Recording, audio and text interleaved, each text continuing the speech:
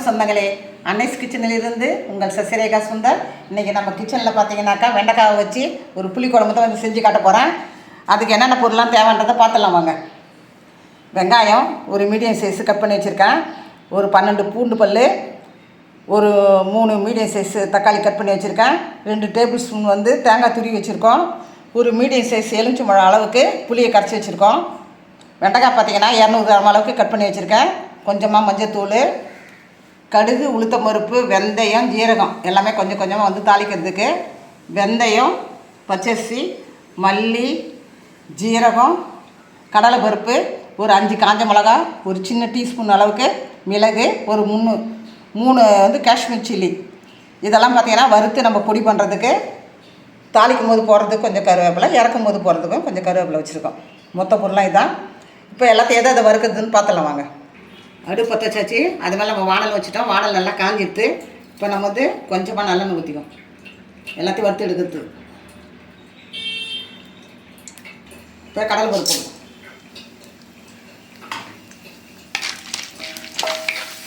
இது சேர்க்கும் போதே பார்த்தீங்கன்னா மிளகையும் போட்டுக்கணும். இப்போ மல்லியும் சேர்த்து,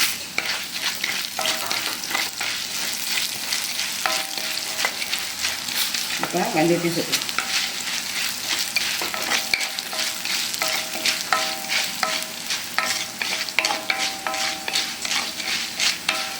ஜீரகத்தையும் அதை சேர்த்து.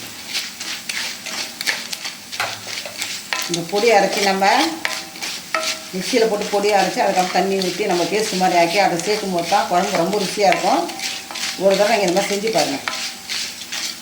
மிளகாத்தூள் போடுறத விட இந்த மாதிரி செய்யும்போது டேஸ்ட் ரொம்ப நல்லாயிருக்கும். அதே சமயம் பார்த்திங்கன்னா இந்த வெண்டைக்காய் புளி குழம்பு பார்த்திங்கன்னா நல்லெண்ணெயில் தான் செய்யணும். அப்போ தான் டேஸ்ட் ரொம்ப நல்லாயிருக்கும். இந்த வறுபடி குழம்பு காஷ்மீர் சில்லி ஒரு 3, ஒரு 5 காஞ்ச மிளகா. ஏன்னா புளி குழம்புக்கு வந்து மிளகாத்தூள் ரொம்ப தேவைப்படும். அந்த மிளகாத்தூள் நம்ம போடாத விட்டு எல்லாமே நம்ம சில்லியாக போட்டுக்கிறோம். அவ்வளோதான். இந்த கடலை பருப்பு, இந்த பச்சரிசி இதெல்லாம் எது கலக்கிறோன்னா குழம்பு கொஞ்சம் திக்னஸ் கொடுக்குறதுக்கு தான், வேறு ஒன்று. கூடவே தேங்காய் தூளும் போட்டுக்கலாம். 2 டேபிள் ஸ்பூன் தேங்காய் தூள் வச்சுருந்தேன், அதையும் சேர்த்துப்போம். இதையும் போட்டு நல்லா வதக்கிட்டு ஆற வச்சு நம்ம மிக்சியில் பேஸ்ட் ஆகி எடுத்துன்னு வந்துட வேண்டியதான். நம்ம அன்னைஸ் கிச்சனில் பார்த்தீங்கன்னா புது சட்டி வாங்கியிருக்கோம். அதை பார்த்தீங்கன்னா சாதம் வடித்த கஞ்சி தண்ணிலாம் ஊற்றி 2 3 தடவை பழகியாச்சு. அதை இன்றைக்கி தான் நான் முதல்ல வெண்டைக்காய் புளி குழம்பு வச்சு காட்ட போகிறேன் உங்களுக்கு. இப்போ சட்டியை நம்ம வச்சுட்டோம். சட்டி நல்லா காஞ்சிடுத்து. அதில் பார்த்தீங்கன்னாக்கா நல்லெண்ணெய் ஊற்ற போகிறோம். நல்லா கொஞ்சம் தாராளமாக ஊற்றலாம். ஏன்னா காரம் வைக்கிறோம் நம்ம, அதனால் இந்த புளி குழம்புக்கோசரம் கொஞ்சம் எண்ணெய் தாராளமாக ஊற்றணும்.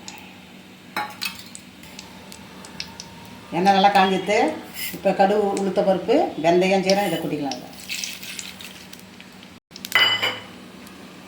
கடுகுலாம் நல்லா பொரிஞ்சிட்டு பூண்டை போட்டுக்குவோம். அதை தொடர்ந்து அப்படியே வெங்காயம் போட்டுக்கணும். இதெல்லாம் நல்லா வதங்கும் போது கொஞ்சம் கருவேப்பிலையாக தக்காளி போட்டுக்கணும். கொஞ்சமாக இப்போ கருவேப்பிலை போட்டுக்கோம். இறக்கும் போது கொஞ்சம் போட்டுக்கோம். இப்போ கொஞ்சம் போட்டுக்கோம்.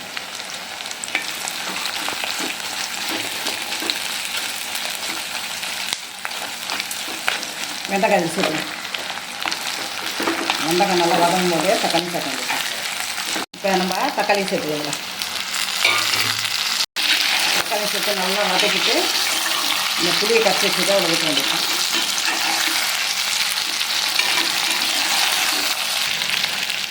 இப்போ நம்ம கரைச்சி வச்சு இந்த புளியை இது மேலே ஊற்றிக்கணும்.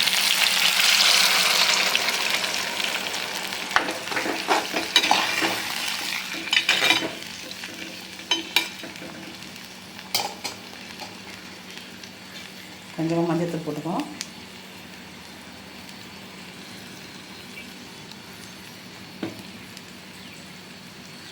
குழம்பு தேவையான அளவுக்கு உப்பு போட்டு நல்லா கொதிக்கிட்டோம். கொதிச்சு நம்ம போய் இதை பேஸ்ட் அடிச்சு எடுத்துன்னு வந்து இதில் கலக்க வேண்டியதான். வெண்டைக்காய்லாம் பார்த்திங்கன்னா நல்லா வெந்துடுத்து.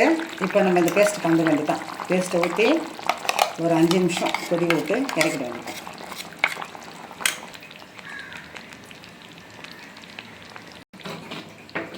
குழம்பு நம்ம அரைச்சி விட்டதை ஊற்றி நல்லா கொதி வந்துட்டு இப்போ பார்த்தீங்கன்னா கொஞ்சமாக கருவேப்பிலை போட்டு நல்லெண்ணெய் கொஞ்சம் அதுக்கு மேலே ஊற்றி இறக்கி விட்டால் சூப்பராக வெண்டைக்காய் புளிக்குழம்பு நம்ம கிச்சனில் ரெடி ஆயிடுச்சு. இதுக்கு மேலே பார்த்தீங்கன்னாக்கா கருவேப்பிலை போடணும்.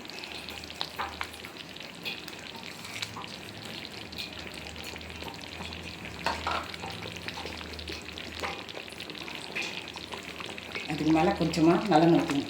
டேஸ்ட் அப்போ சூப்பராக இருக்கும்.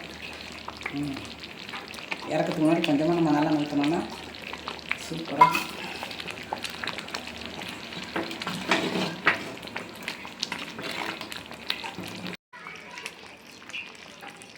குழம்பு பார்த்தீங்கன்னா நல்லா கொதி வந்துடுது.